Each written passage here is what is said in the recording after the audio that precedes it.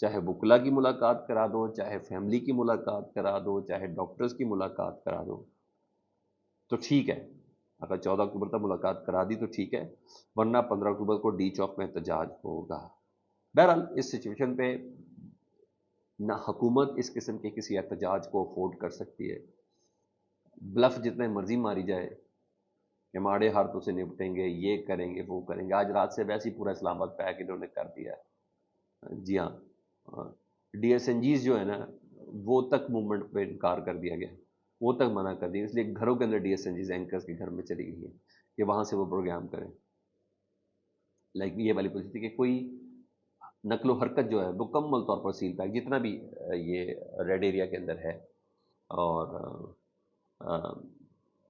وہاں تک اس طرح کی رقم نہیں، اصولاً یہ پیر تک سے ہونا تھا، لیکن انہوں نے ہفتے کی رات سے ہی یہ کام شروع کر دیا ہے۔ تو نہ حکومت افورڈ کر سکتی ہے کہ غیر ملکی مندوبین 1974 کے بعد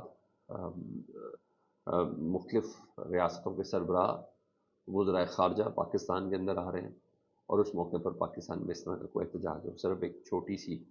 ریکویسٹ کی ہے، درخواست کی ہے کہ عمران خان صاحب کی خیریت بتا دیں، جو خبریں جس حساب سے چل رہی ہیں وہ اتنی عمدہ نہیں ہے۔ تو نہ ہی پاکستان تحریک انصاف افورڈ کر سکتی ہے اس طرح کی کسی الزام کو کہ ایس سی او کے اجلاس کے دوران پاکستان میں کوئی احتجاج ہوا ہے۔ ٹھیک ہے، پہلے بھی آج تک رجسٹر نہیں کروا پائے چین کا 2013 والا، یہ 2014 کا جو احتجاج تھا کہ بھائی پاکستان تحریک انصاف نے چین کا دورہ روکنے کے لیے کہتے ہیں، بہت کہتے ہیں، حالانکہ ایسی کوئی بات نہیں ہے۔ 4 حلقے کھولنے کا اس وقت کہا تھا عمران خان صاحب نے، اسی کے لیے انہوں نے بار بار اسمبلی گئے، کورٹس میں گئے، جلسے کیے، احتجاج کیا،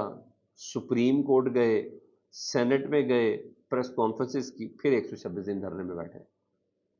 پھر جا کے وہ 4 حلقے کھلے تھے۔ ٹھیک ہے، تو اس ٹائم نہ پی ٹی آئی افورڈ کر سکتی ہے، نہ گورنمنٹ افورڈ کر سکتی ہے۔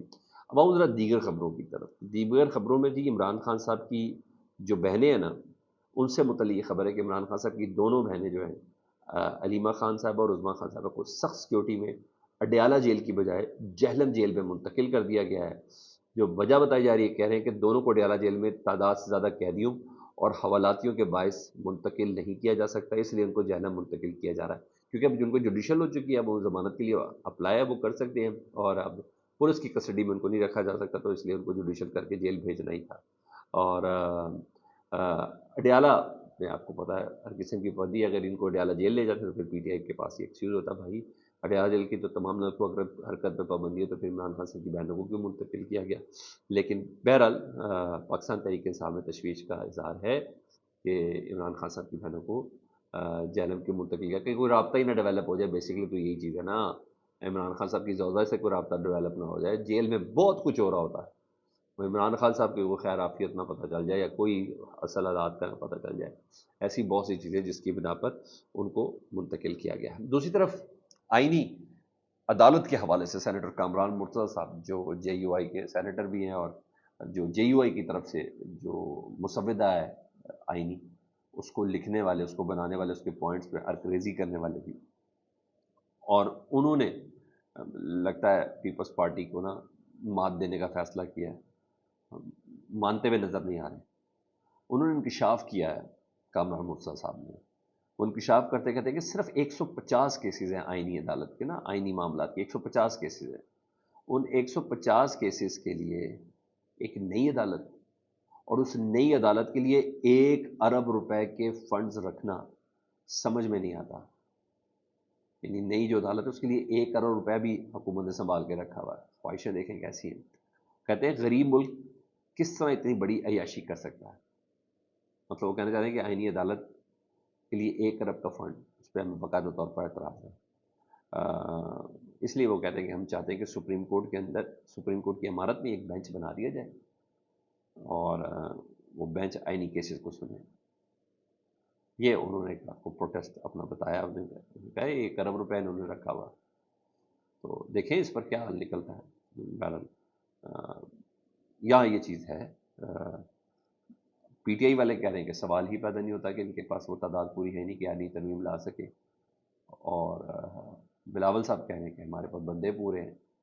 نون لیگ کہہ رہی ہے ہمارے پاس بندے پورے ہیں، بلاول صاحب نے تو قائد اعظم محمد علی جناح کا خواب بھی بتا دیا، حالانکہ یہ خواب ان کے نانا بھی دیکھ سکتے تھے 73 کے آئین کی روح سے، جو انہوں نے لکھا تھا نا، انہوں نے کہا کہ قائد اعظم 1931 میں چاہتے تھے کہ پاکستان میں آئینی عدالت بنے، جب پاکستان کا خواب بھی نہیں تھا،